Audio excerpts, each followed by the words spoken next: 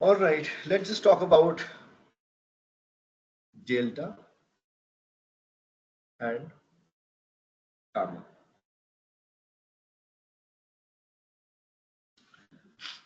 So they are basically they called as Greeks, right? I Mm-hmm. hope you know a few of them at least. Yes. And then there are four: delta, gamma, theta, and then vega. Let's cover one by one. What's a delta? How this the price of the derivative changes with the price of the underlying. So if the can I say if stock price moves from 50 to 51, right? How much my option price would change is being determined by data. Mm-hmm.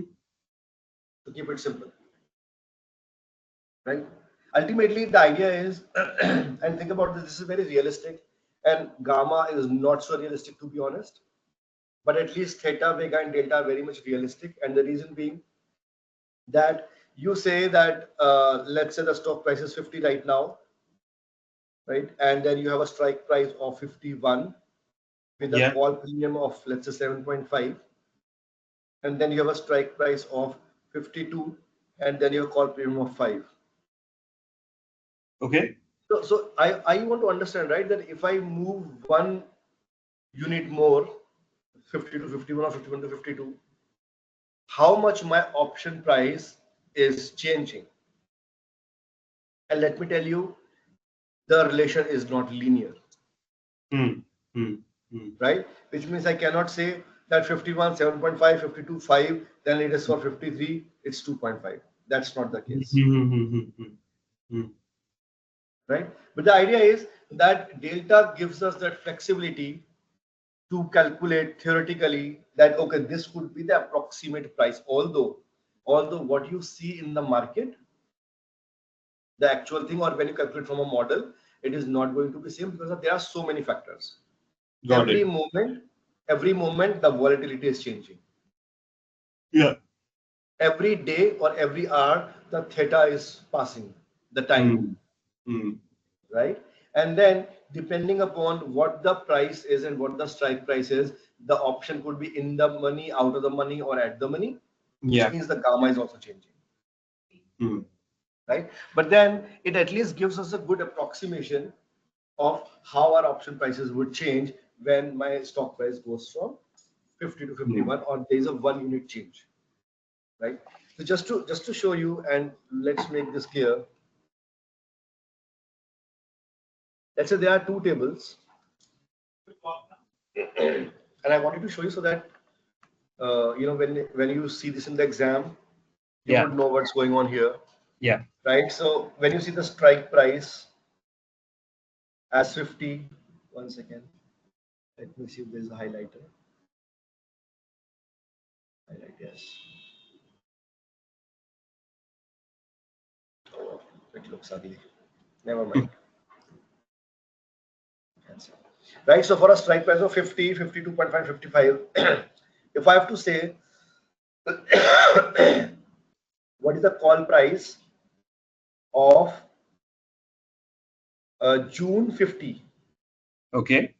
so the language goes as the call price of June 50, right, Yeah. is 7.4. Yeah. ठीक है, तो अगर आपको ऐसा बोलना है, किसी को बताना है Yeah. और आप कहना है तो कहना है जून 50 वाला 7.4 है, Yeah. right? So I can say for a May 55 Yeah. it is 4.0, right? Yeah. Now my point is that if my call price is 4.02, If my call price is 4.02 and I'm saying, what if the price goes up by $1? Look at this one.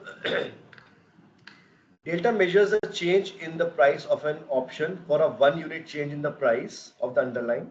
Assume, look at this one. All other factors held constant. This is the most important. Right? So we assume that everything is constant, then we are looking at it. And if I say that, let's say my stock price is 52.14. Yeah. And if I just increase it by 1, Yeah. right, for a strike price of 55, same, May 55, and if the option price 4.02, if I increase this price by $1, yeah, for a same strike price for a same month, my option price would increase by 4.02 plus 0.47. got it. My new call price would then be how much is this? 4.49. Yeah. Make sense?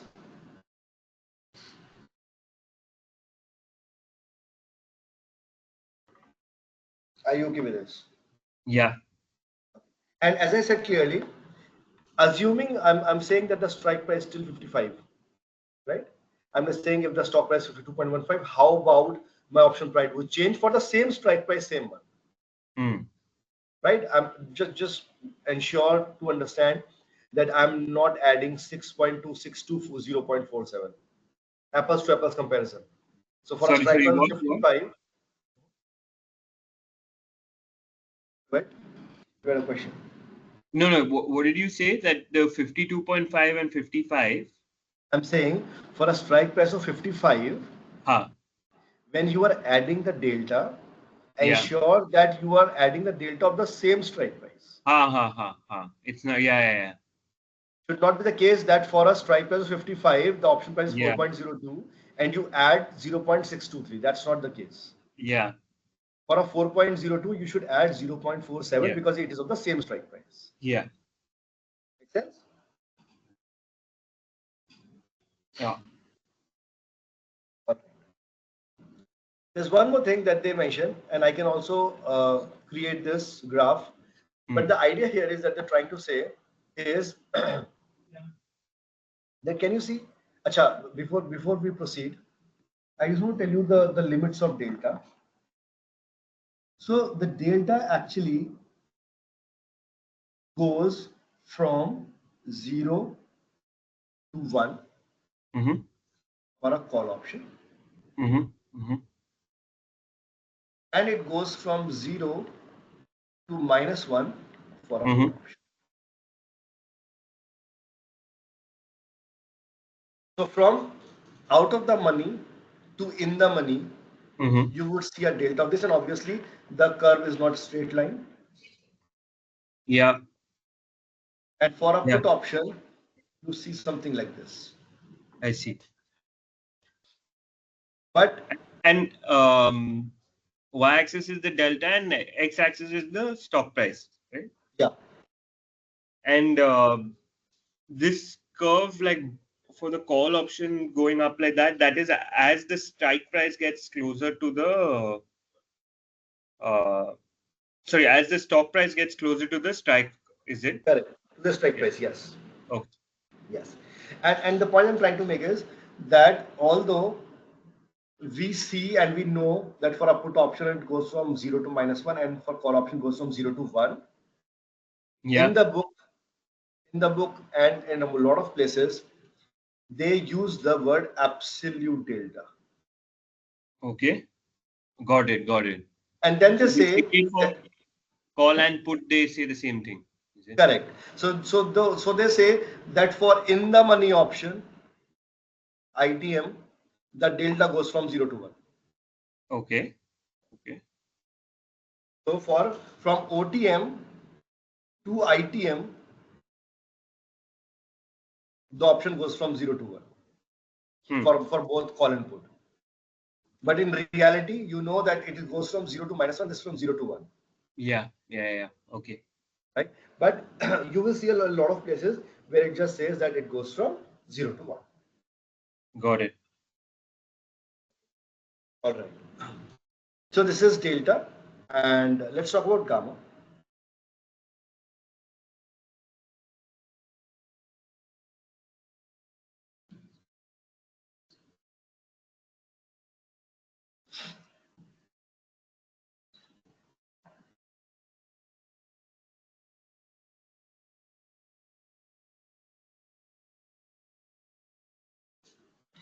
Whatever I said for delta, that change in 1 unit of a stock price, basically a change in the option per 1 unit change in the stock price, right? Yeah. Just replace option with delta and the stock price with option. Basically, it's a one level up, right? So the gamma says that it is, we say that what the change in the option price per 1 unit change in the stock price.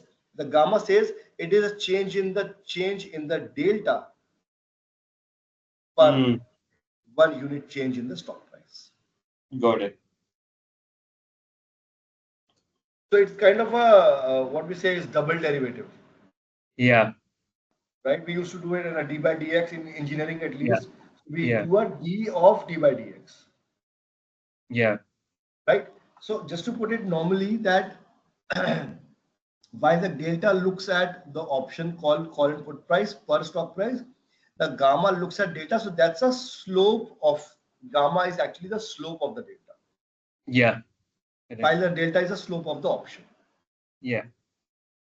Right? Again, obviously in CFA they are not going to go into technical terms. Technical terms as in the how it is slope and how it is calculated. Right?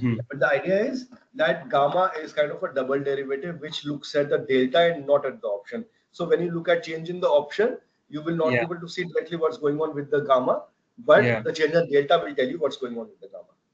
Got it. Right? One thing that you always need to remember is, and gamma is a little tricky to understand how it actually behaves, but one thing that is tested in the exam, and you should know that gamma is at its peak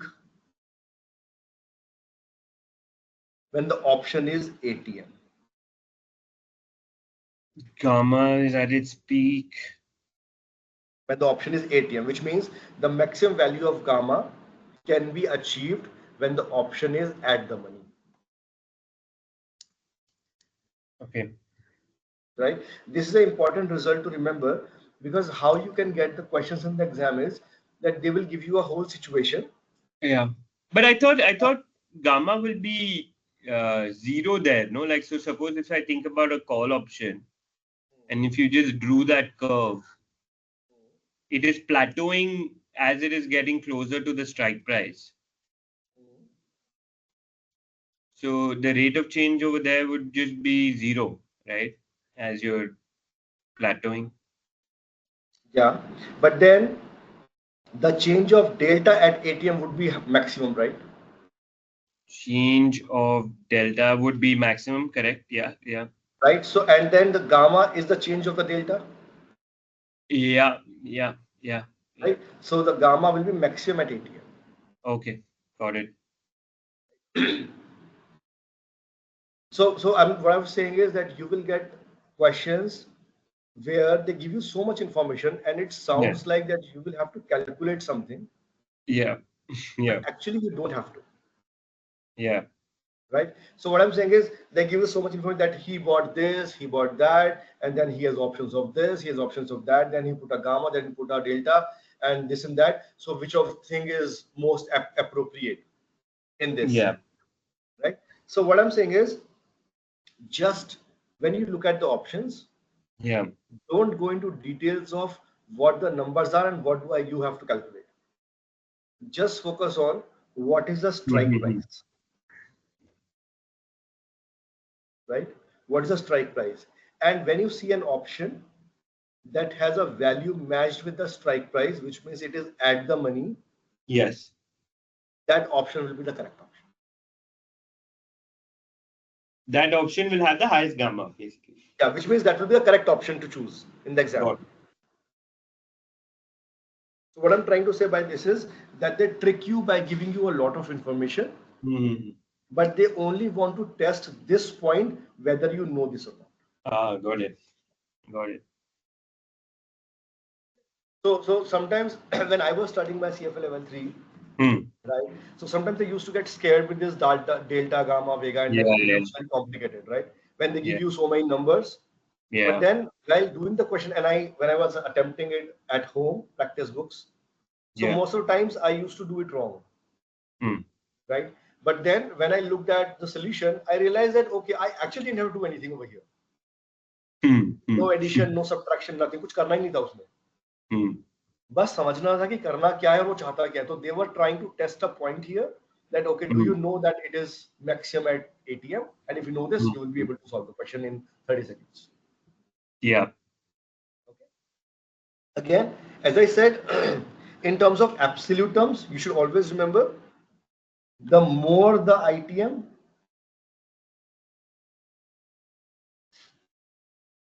higher the delta. Yes. Absolute terms. The more the OTM, the lower the delta. Yeah. And since I'm using the word absolute, so it means this is closer to 1, this is closer to 0. Are we good? Yeah.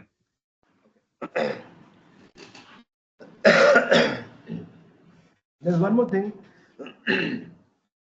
that they can give you some strategies, and I'll tell you something more about on how you look at things. All right. So you have studied forwards and futures, right? Yeah. So people give you answers and then give you theory.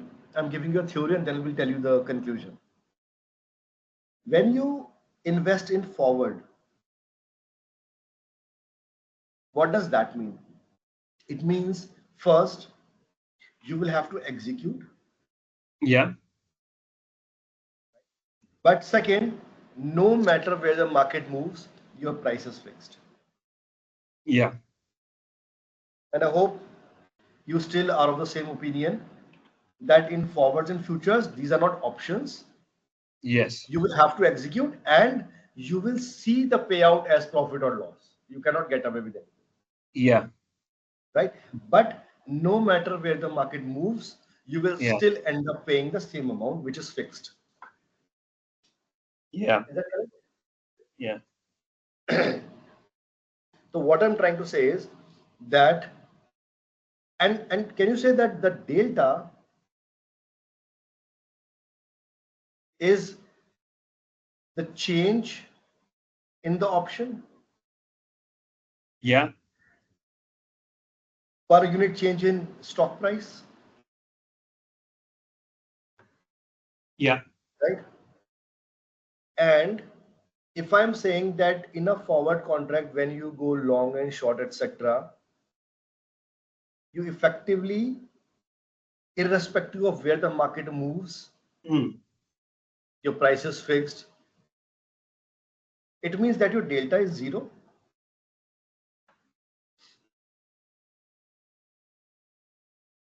Yes. Yes. Yes. Yes. Yeah. You agree? Agree. Okay. So this was a theory, and this is the result. So you should remember, and then you will see, and I'll make you solve a few questions also. The important result to understand is that when you are the delta of a long position is +1. Yeah. And the delta of a short position is -1. This is for what? This is, but we just spoke that future, the delta is 0. No, so this is how it works, right? Let's say you are long a contract. Oh yeah, it's always +1. Basically, it Exactly. increases. It increases by 1 as it gets. Yeah, clear. Exactly. But then to offset, you are short a contract. Okay. That's how you offset your position, right? Yeah. That's how you offset your position. Offset. So Yeah. effectively, that's how when you are long a stock and then you take a for short or basically you sell a forward, Yeah. you are long a stock or maybe you're long underlying. Let's not use the word stock, but you are long underlying, Yeah. right? And then you take a short, then you sold a forward. Yeah. What does Yeah. that mean? Think about the scenarios, right? Where they say that you are going to receive 1,000 euro after 1 month. You're going to receive 1,000 euros after 1 month, Mm-hmm. but you know that FX rate would change. So you actually sold a forward for 1 month expiry Mm. for this exchange, whatever, right? So ultimately you are long underlying and then you take a forward position in the opposite way. Basically, if you're long, you take a short position, and Yeah. that's how you fix your price, right? Yeah. If it is difficult to understand, let me know. I can give you more examples. And if you're clear, then it's okay. Now this last part, so basically your short thing. So your delta is zero, basically. That's what you're Yeah, telling. yeah, yeah. But no, but not just buy short. Let me tell you. Huh.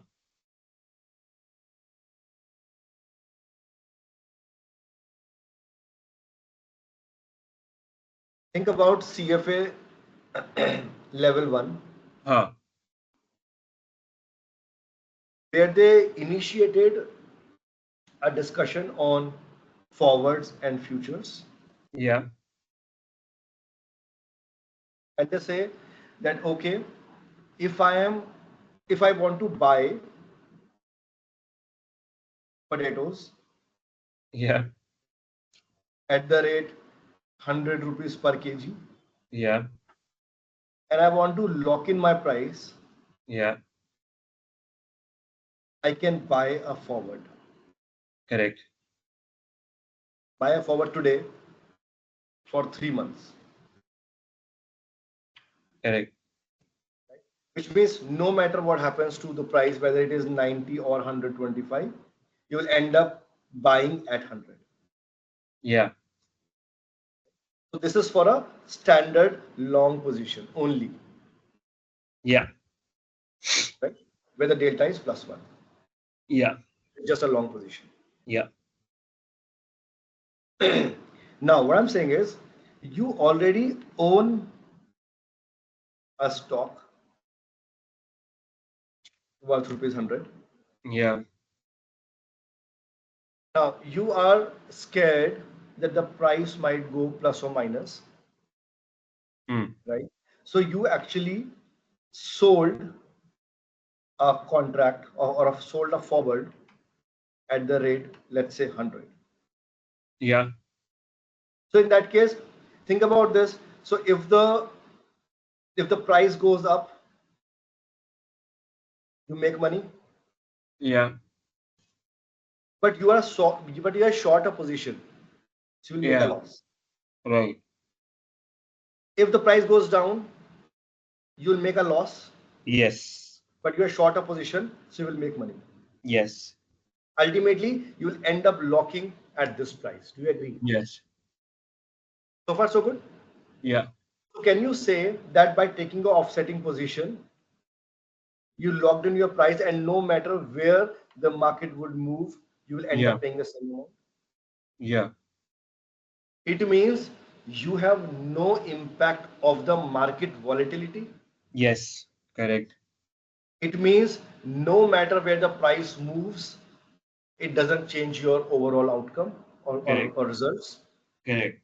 right? Now, just covering the whole thing under delta, and it is easy to say, and it is intuitive to say from this that from owning a stock when you were long a stock, your Uh-huh. delta was +1. +1. Yeah. When you sold a contract, your delta was effectively -1, Yes. right? And hence your delta in this case will be equal to 0. And that's how it is implied that no matter where the market moves, Yeah. your value doesn't change. Very it just clear. satisfies the condition. Yeah, very clear. Yeah.